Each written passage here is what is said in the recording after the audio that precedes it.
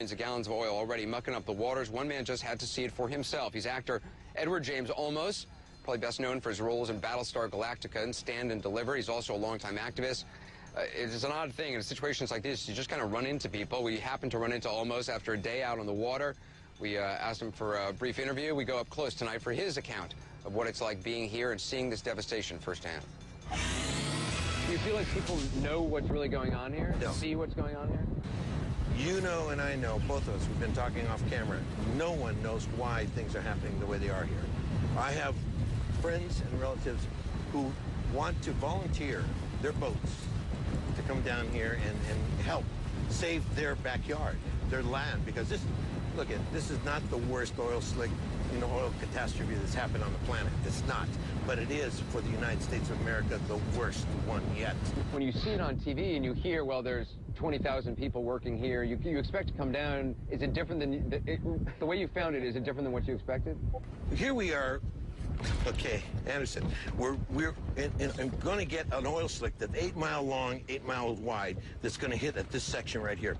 I have this boat that was ready to go. I have boats of families all over this that would jump. Thousands of people would jump into this water, and they are together here.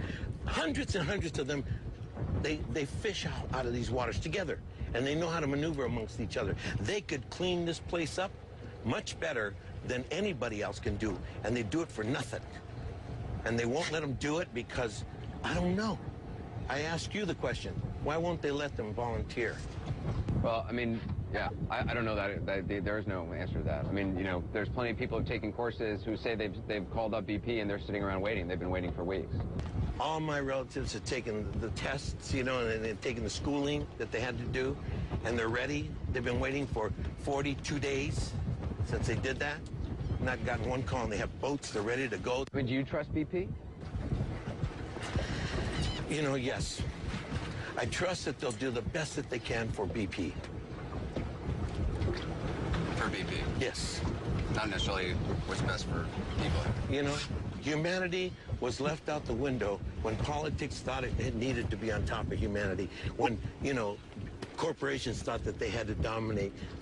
Nothing is above humanity, and right now humanity is needed here. I still do not understand to this day is why the U.S. government went along for weeks with this 5,000 barrel estimate when independent scientists come forward and said, look, it's way more than that, and why the U.S. government, NOAA, was saying, was agreeing with BP, saying it doesn't really matter how big the spill is, doesn't really matter how much oil is leaking out, which just doesn't make any sense to me.